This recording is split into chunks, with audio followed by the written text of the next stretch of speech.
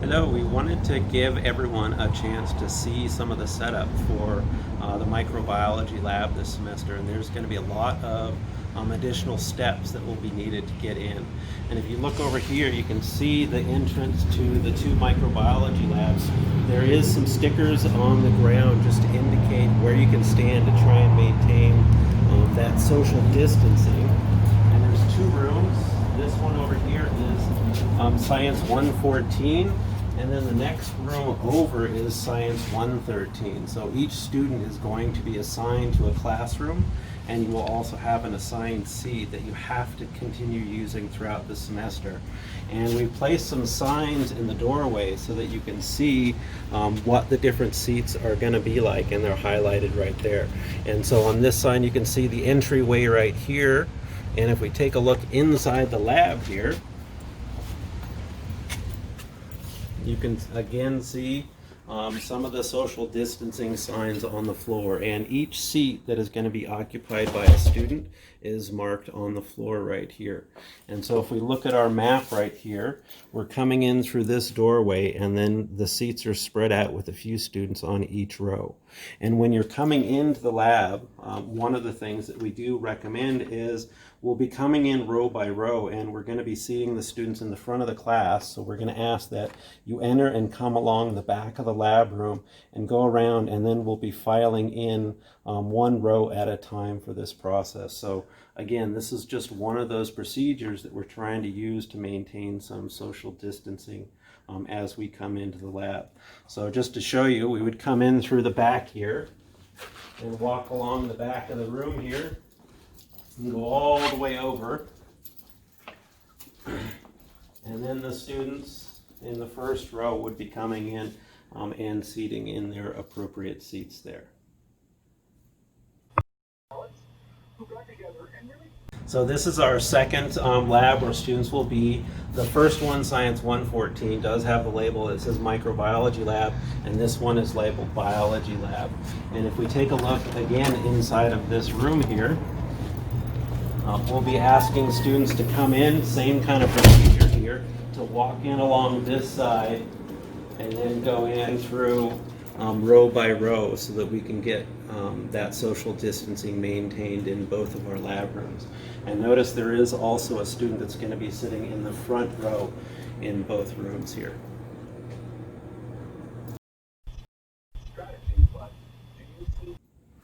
There's a few things that we do want to emphasize. When you are coming in to the lab, please don't cluster around the dorm. Around the door. We do ask that people maintain that social distancing and wait until your instructor calls you to come in row by row. The other thing to consider is when you're exiting, we hope that everybody isn't going to try and leave at the same time. And if we do need to, we're going to ask that you do the reverse of the entry if everybody is being dismissed at the same time. Likewise, we also want to make sure that you have the proper protective equipment when you're entering the lab. And we do ask for a couple of things that you have. One of them is a lab coat, or at least something with long sleeves that is not something that you would pull over on your head. You want to make sure that it's buttoned so that it can be easily removed in the unlikely event of a fire or a chemical spill that you get on yourself. We do also ask that you wear a mask while you're in the laboratory, and if you do not have a mask, then we can provide them for you. And the last thing is to make sure that you have some closed-toed shoes, no sandals. And to be honest, if you violate any one of these, your instructor will ask you to leave the lab if you cannot find a solution to that.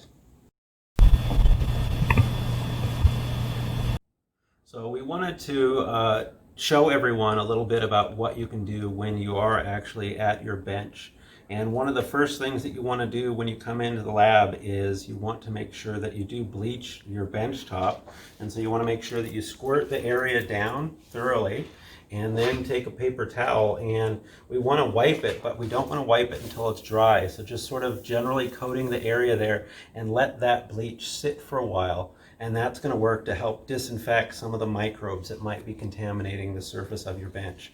And when you're done with this, we do have some biohazard trash bags that will be set up at each student station for you to use.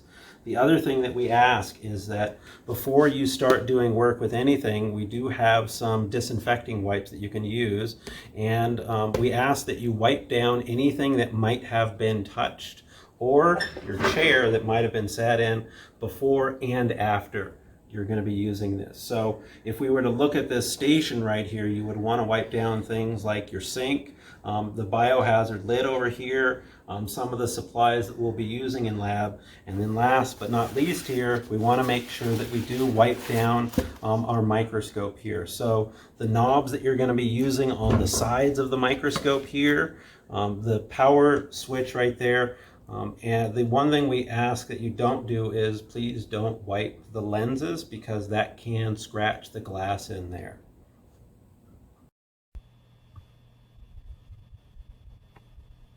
So just like you're going to be cleaning off your area when you first come in, we do ask that you do the same process before you leave the lab.